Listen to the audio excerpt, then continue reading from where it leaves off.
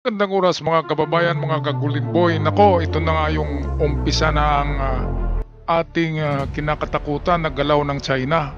Ito na ang unang hakbang ng pang-aagaw ng China sa ating teritoryo. Anong nangyari? Well, pinalibutan na ngayon ang Scarborough Shoal ng nasa 2024 kabarko ng China. 8 doon ay Chinese Coast Guard, ang iba doon ay Chinese Navy, ang iba doon ay militia vessels. Kaya habang busy ang ating mga senador at congressman sa bangayan dyan sa Upper House, sa Senado, busy sila, hindi nila nakikita ang nangyayari ngayon sa WPS.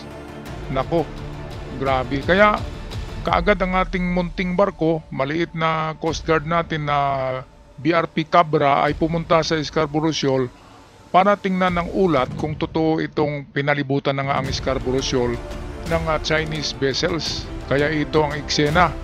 Ang video ay courtesy sa atin ni John Reps. Atin panoorin. Sa West Philippine Sea, ang barko ng Philippine Coast Guard na BRP Cabra ay nakaharap ang 22 Chinese vessels na nagbabantay sa Scarborough Shoal ayon sa isang maritime expert. Sinabi ng dating opisyal ng United States Air Force na si Ray Powell sa isang post na nagpadala umano ang China ng 8 barko ng China Coast Guard at 14 na maritime militia vessels sa Scarborough Shoal. Ang 44 meters patrol vessels ng Philippine Coast Guard na BRP Cabra na hindi naman direktang sumugod ay humarap ng mag-isa laban sa isang armada na hindi bababa sa 22 barko ng China na ipinadala upang bantayan ang planong pagtatag ng nature reserves ng China sa Scarborough Shoal. Sinabi ng Armed Forces of the Philippines na hindi nito papayagan ang China na magtayo ng nature reserve sa Scarborough Shoal, habang ang Department of Foreign Affairs naman ay formal lang naghain ng isang diplomatikong protesta laban sa China dahil umano sa plano nito. Kaya misyon ng maliit na barko na ito ng Philippine Coast Guard na bantayan ang lugar dahil sa posible umanong pagtayo ng China na mga infrastruktura sa bahura. Ayan, so maliit na Coast Guard ng Pilipinas ang magbabantay, nag-iisa lang. Grabe naman, no? Paano ba matakot ang China diyan? Ang tinapat mo isang barko lang, maliit pa. Di ba kung nagpadala ang China ng 22 vessels, dapat meron din tayong 22 o mahigit pa doon na magbabantay diyan sa Scarborough Shoal. Paano babantayan yan ang dami-dami? Di ba? Isang barko lang. Kung banggain yan, lunod ka agad yan. Lulubog ka agad. Kaya dito natin maano ang mga senador natin Kahit mga congressman, ang pinag-usapan nila diyan palagi ay yung mga mga nakawan na ang gulo-gulo na kasi lahat sangkot Merong mga magnanakaw na malaki ang nakaw, meron ding magnanakaw na maliit lang, meron lang nabigyan lang na hindi nanghingi kasi is OP. Pero ang lahat ng yan ay walang kwenta dahil nga iba na pala ang nangyayari ngayon sa WPS. Totoo yung sinabi ko na isang araw ay magising na lang tayo na nandyan na yung mga barko ng Chinese sa ating teritoryo. Kaya ito na, sinapilitan, pinalibutan ng mga barko ng Inchik ang Scarborough Shoal kasi nais na nilang mag-umpisang magtayo ng kanilang sentro diyan na tinatawag na nature reserve. Nako, kapag hindi yan na-aksyonan ng Amerika at ng Pilipinas na buwagin niyang mga barko diyan na nagpalibot sa Scarborough Shoal, ay talagang mauna pa tayong maangkin. Mauna pa ang Pilipinas sa Taiwan na ma-invade ng China. Taiwan ang kanilang target ngayon, Pilipinas na di ba? Ginawa ba nila sa Taiwan yan na kukuha sila ng mga isla? Hindi naman. Sa Pilipinas lang, hindi rin sa Vietnam. Kaya mali tayo ng akala. Ang Pilipinas pala ang pinakaunang target ng China. Hindi Vietnam, hindi rin Taiwan. Okay, balik tayo kay John Reps sa ating featured video for the day.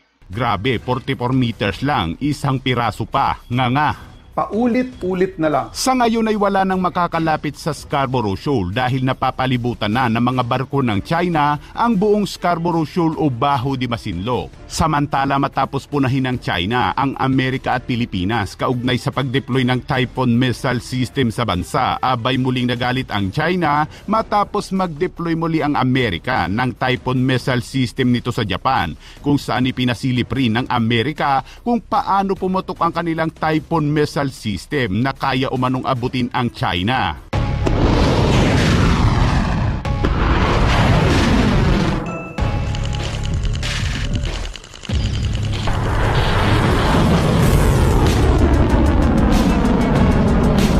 Wow, ganda ah. So ito na nga yung Typhoon missile na kinakatakutan ng China sa Pilipinas na deployed ng Amerika. Ngayon nagbigay din pala ang Amerika sa Japan. Anong magawa nila sa Japan? Magkalaban nga sila eh. Ngayon laging binabasa nitong kanilang spokesperson na ano daw, destabilization daw. Ma-destabilize ang Asia dahil sa Japan, dahil sa Typhoon missile ng Japan at Pilipinas. Pero hindi nila nakikita, sila yung nag-destabilize dahil nga sila yung umaangkin ng mga teritoryo, di ba? Teritoryo ng Pinas, teritoryo ng Taiwan, teritoryo ng Vietnam, at iba pang teritoryo na hindi umangal, di ba? Katulad ng Indonesia, hindi umangal eh. Yung Malaysia, hindi rin. Kaya ito lang Japan, Taiwan at Pilipinas talaga ang sakit sa ulo sa China.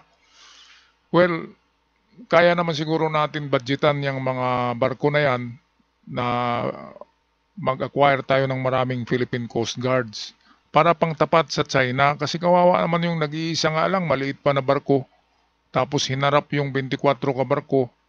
Walang nagawa eh. Bumalik, umalis yung BRP Cabra, walang nagawa kasi nga ang dami-dami, 24 ka Chinese vessel na palibot na sa Scarborough Shoal.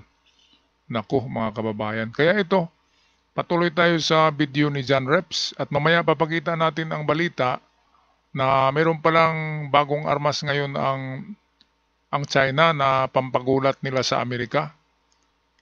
Kanilang ginugulat nila ang Amerika baka daw magulat. Kaya mamaya atin panoorin kung anong klaseng armas ito. Balik tayo sa video. 我が国周辺には強大な軍事力を有する国家が集中しており、軍事力のさらなる強化や軍事活動の活発化が。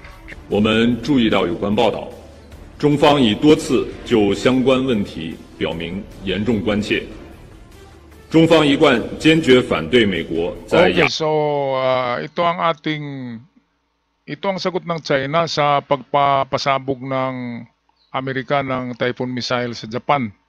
Pinapakita kasi, pinapasilip ng Amerika na kayang aabot sa China galing sa Japan. At kahit sa Pilipinas, pwedeng aabot sa mainland China itong mga Typhoon missile. Kaya takot ng China dito. Ito, sabi nitong mukhang tsinelas na ito, we have noted that China has repeatedly expressed and always firmly oppose of Typhoon missiles and pose a substantive threat to, saan ba ito na threat? Substantive threat to Pacific. Ito ang palaging sinasabi ng China na nanggulo daw ang Amerika dito sa Pacific. Nanggulo ba yun? Ka-allied natin yan eh. Meron pa nga tayong treaty with US. Diba na defense treaty. Kaya hindi yan ang Amerika ay narito para tulungan tayo sa isang bully na China. Ngayon ng China, bakit sinasabi nila na itong ginagawa ng Pilipinas, ng Taiwan ay pampagulo daw sa region ng Asia Pacific? Sila ngayon ang gugulo eh. Talagang grabe ito kapag mag-publish ng publicity, itong China. Ang pinapalabas nila na Pilipinas nang gugulo, Amerika nang gugulo, Japan nang gugulo. Pero sila yung nang gugulo kasi nga pinapadala nila ang mga barko nila sa ating teritoryo. Mga hayop talaga to ng mga inchik. Kaya maganda na kayo mga kababayan. Hindi na to hindi na to joke Nandiyan na sa Scarborough Shoal nagpalibot na ang mga barko ng China. Kaya sa susunod na mga linggo, hindi na yan papalibot Gagawa na yan dyan ng struktura ng artificial island. Andyan na magkagulo. Kasi siyempre ang Pilipinas, may hihiya yan. So susugod doon ang ating Philippine Navy. And then, dyan na mag-spark yung gera na sinasabi. And then kapag may lulubog na barko natin, diyan na papasok ang Amerika dahil mayroon ng rason. Kaya isang false move lang kung ipagpilit ng China na magtayo diyan, gera na talaga. Kung ipagpilit ng China na ituloy yung nature reserve nila na structure diyan sa Scarborough Shoal, gera na talaga. Mga kababayan, hindi na ito mapigil. Pero sa Senado, tingnan nyo anong ginagawa nila? Hindi man lang sila nagbanggit kahit isang salita sa Scarborough Shoal, sa WPS. Wala silang binanggit. Binabanggit nila yung kanilang mga ninakaw. Ganon din sa Kongreso. Lahat pala, mayroong dyan Ewan ko lang kung sino ang walang hati dyan. Kaya, ito yung pinagtakip nila sa real issue. Ang real issue ay ang WPS. Pero tinakpan nila nitong issue ng pagnanakaw. Totoo naman na maraming magnanakaw. Pero ngayon ay nagkalabo-labo na.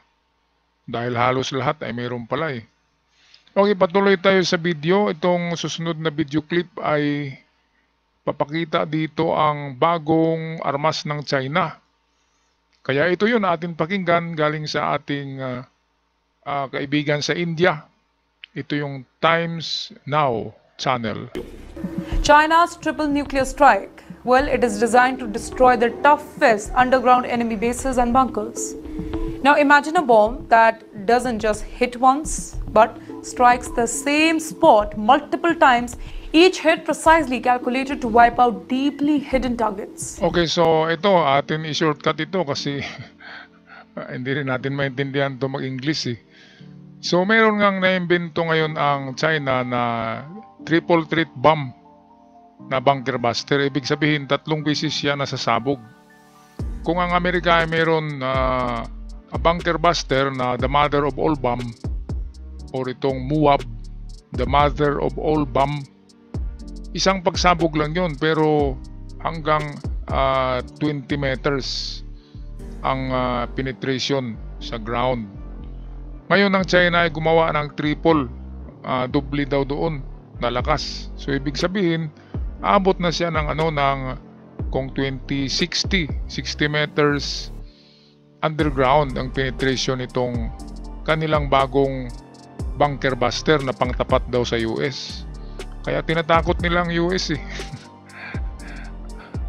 alam niyo mga kababayan, ng US ay hindi yan nag-publish ng kung anong meron sila na bago. Tinatago nila yan para sa pagdating ng gera ay hindi malaman ng kalaban kung ano ang gagamitin. Pero dito sa China, iba Palpak pa nga yung kanilang mga bomba. Pinagyayabang na triple threat daw. Triple daw ang pagsasabog. Talagang mga mga sinungaling. Pagmayabang mo yung mga palpak pa nga Under observation pa yan ng mga invention.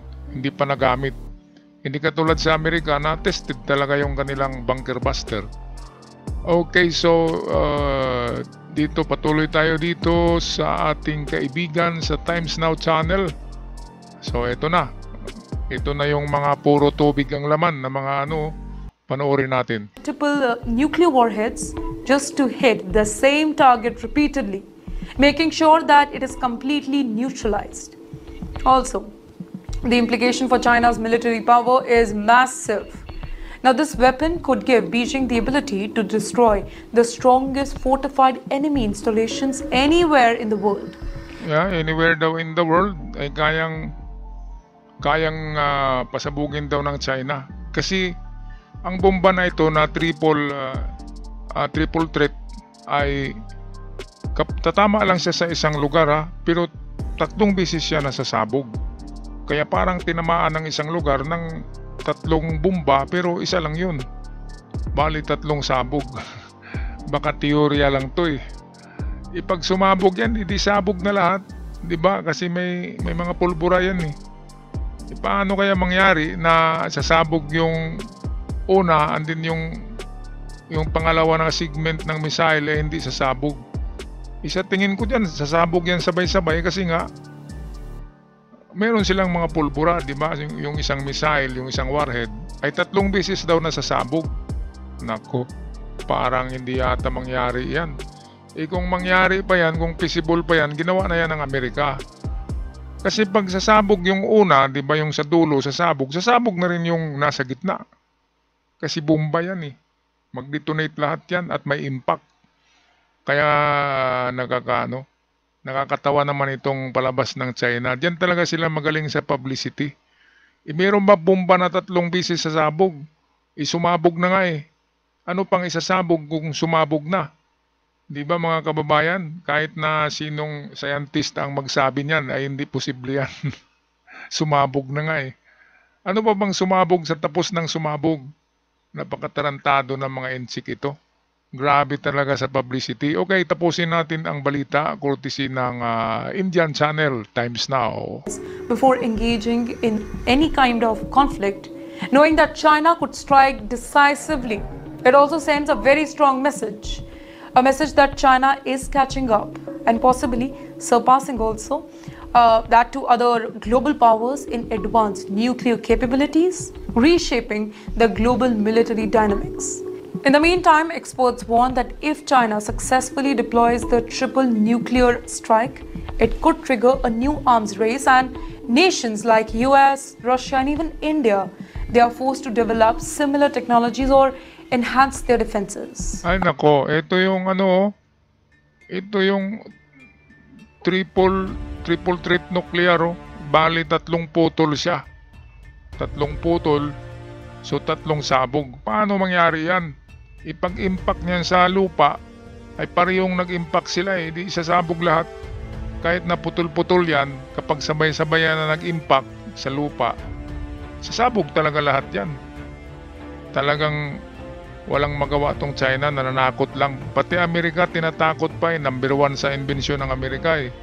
Tapos tinatakot nila. Tingnan natin kung mangyayari ang gira, sinong iiyak. Diba mga kababayan? Okay, tapusin na natin ang video. Ako'y magpapaalam na. Maraming salamat. At sa mga bago pa lamang sa channel, huwag kalimutan mag-subscribe. Paki-comment nyo na lang ang inyong komento tungkol kanina sa ating balita na pinalibutan na ang Scarborough Shoal ng Chinese vessels. Anong gagawin natin? At dito sa walang kakwinta-kwintang inbensyon na triple threat nuclear system ng China, anong masasabi nyo mga kababayan? Ako'y magpaalam na. Maraming salamat.